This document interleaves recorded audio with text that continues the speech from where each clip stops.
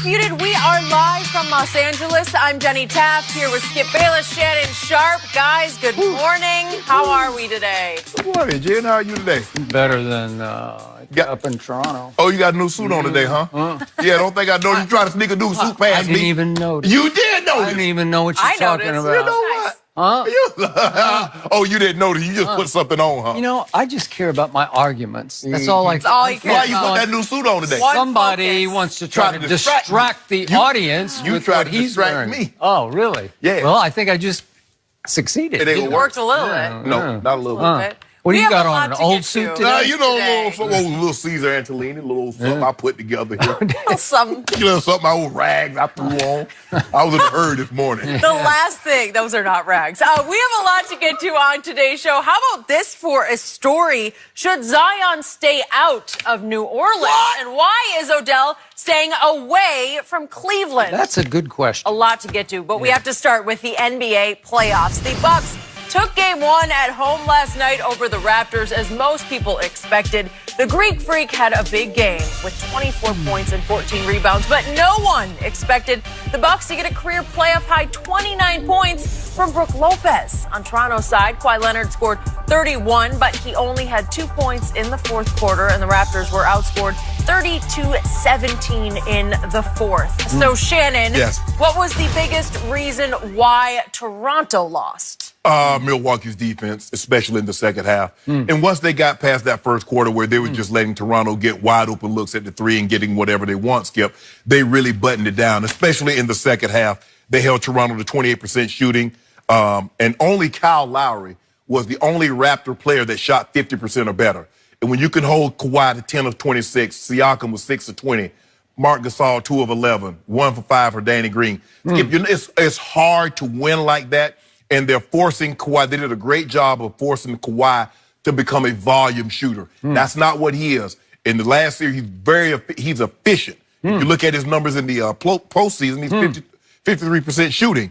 But that's not even close to 50%, over 50% last night. And so I thought the length, you know, you got Giannis at almost 7 foot. You got Mirotic. You got Ilyasova. You got Brook Lopez. Middleton is... And Bledsoe is a very good on-ball defender. So they can throw a lot of different looks at him, and I thought it caused them some problems. But what really happened, Skip, they cut the lead in the third quarter. They cut it down to 4 points. And right before the end of the third, Siakam hits a shot, a 35-foot three-pointer, pushes it to 7. Yep. But to start the fourth, Kawhi's on the bench. Because he had played 33 of a possible 36 minutes. He's on the bench a lot. Can I finish? You gonna let me finish? No, I'm just... It's my turn. I was just... Let me talk. Amplifying what you were saying. I want you to amplify. I don't want you to adding on. I'm good. My voice carries. Yeah, my voice carries, so I'm amplifying it quite well. But Kawhi had to start on the bench. And what we've seen, and this happens a lot, it's not just unique to Toronto or unique to Kawhi. When your best player sits down, normally the team cuts until you lead. He starts the fourth quarter on the bench. They have a 7-point lead. He rests for about 2.5 minutes, and when he comes back, it's 2 points. And by that time, Milwaukee had gained control. Really? Brook Lopez. That's interesting. Like, who is this guy? I know. A guy that scored 27 points in 5 games, all of a sudden comes up with a career-high 29 points in game one. And so, remember, I told you, I said, if you ask, we had this conversation yesterday, you want Kawhi, you want Giannis. I said, I think Kawhi's the better player, but I believe Giannis has the better supporting cast. And they proved me right last night. The defense in which Milwaukee, what? Yeah, they did. Deployed on Toronto. That's why, Skip. You see the numbers. 15 of 42, 34 of 92, 37% from the field, 35% from the three-point line. And I got that point spread right on. Did I get that point spread? You like that point spread I picked last night, Skip? I don't even know what You know I said 104 to 96. Really? I was off a little bit, old Sharpadamus. It was 108 to 100. Well, Sharpadamus was really off in his assessment of number 2 yesterday because I tried to tell you, I keep trying to tell you, number 2 cannot be trusted when the stakes are at the highest. He had no business making that Game 7 game-winning shot. You know it, and I know it. It was short. It hit the near side of the rim. It had no business lucking in, and it became the luckiest shot in the history of the NBA playoffs. But he followed that up by last night, right on schedule, predictably, costing his team a game the Raptors should have won on the road. Oh, did he cost them? As you just pointed out, I got to get a different TV. I don't know. Maybe I saw a different game, but you got this part right, and then you lost me on all the rest of it. But what you got right was Siakam hit a three-point bomb at the end of the third quarter, a buzzer-beating third-quarter bomb that put them up 7 points at Milwaukee. They had been in control of that game all the way. Every time Milwaukee made a little run, Toronto said, no, we got this. Correct. So now we're going to the fourth quarter up 7, and wouldn't you think it's now time for your quote-unquote superstar to take you home in game 1? Isn't it time for the man you call the best two-way player in all of basketball, the man you proclaimed yesterday is better than the Greek Freak? Isn't it time for him to take over that game in Milwaukee? Doesn't he get a rest? Well, all the stars get a rest for a couple of minutes to start the quarter, so he got his couple of minutes off, and then he came in. And then what? I'm glad you asked. From that point on, number 2 played like number 2, and I mean real number 2. And from that point on, the North, went nothing but south. You know it, and I know it. Number 2, who quit on the San Antonio Spurs, virtually just didn't show up last night in the fourth quarter for his new team because number 2, and you said he turned into a volume shooter? Yes. He took 3 shots in the fourth quarter. He took 26. He took 3 shots. This is the game on the line. You got a lead going to the fourth. You took 3 shots in the fourth quarter. How many did he make, Mr. Sharp? Help me out. What does your researcher tell you? He didn't make any shots. He made no shots in the fourth quarter. He had 2 points. He made 2 measly free throws.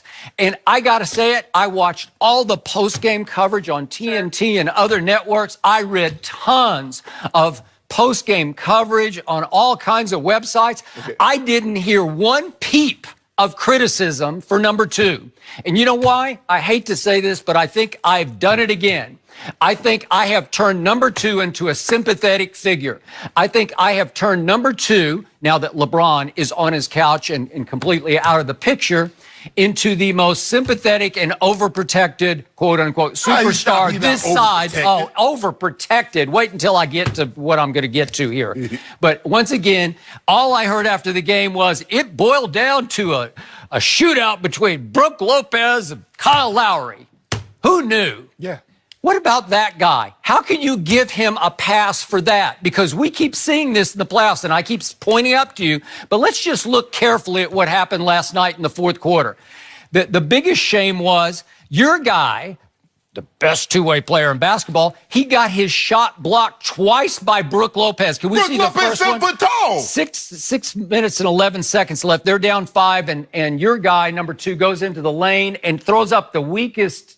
You know what? You will see. He got that. That was just weak. That was desperate force. It was a runner. Let's go to the next one. They're down 5 at that point. Then 1:39 left. You're only down 4. This is a big shot in the game, and you drive on Brook Lopez, and he just takes the ball away from you. Just took it right out of your hands. Are you that guy or not that guy? The game is teetering. If I'm not mistaken, is Brook Lopez an NBA player? Yeah, he's the guy the Lakers dumped last year. They just flat out said, see you later. He had a game. Walk out the door. Yeah, think about it. That's a playoff career high. Don't give me any of that nonsense. You would have laughed before, on this show 24 hours ago, you would have laughed if I'd say, Brook Lopez is going to outduel your guy in the fourth quarter. You just laugh at that, right? Okay, I'm not finished. It is my turn right now. Let's look at the shot he took. And this is the key one. This is 2 minutes and 6 seconds left. Number 2 takes a shot for the lead. This is just 2 minutes left in the game. Watch this. This is a 3-point shot. You want to talk about a brick? That one was shot so badly it had no chance of lucking in, right? Did you see that? It hit the backboard first. I saw. You like that? That's clutch city. That's for the lead. That's to regain control of that game. So you're telling me that a guy who took 39 shots in Game 7 at home managed to take only 3 shots. Of course, he missed 23 of those shots. But Skip, you said 3 shots? Come on. But how can you let him off the hook? No, I'm not letting him. You let him off the hook. Hold on. You said he took. Lord have mercy. Hold on. If I'm not mistaken, in Game 7, did he take 39 shots in the fourth quarter, or did he take 39 shots? He missed 23 shots in that game. Okay, he missed 16 last night. That's what I mean by volume shooter. But you said something very interesting. You said he only attempted 3 shots last night. He was 0-3. if you don't mind, I don't know if because the people at home don't have the score sheet. Can you tell the people at home how many shots did Giannis Antetokounmpo attempted last night in the fourth? Who won the game? Oh, but see, now it's who won the game. How many points did Giannis score in the fourth quarter? Here's what's funny about that. The whole Toronto defense, it's the wall that they put up against Giannis. Okay. Meanwhile, would you believe they played your guy number 2 just straight up the whole night? Most of the fourth quarter, it was just Chris Middleton one-on-one on number 2. But then how did you like that? How did Brook Lopez block a shot of it? Chris Middleton. Well, he just drove it in the middle. Oh, exactly. So he's getting help.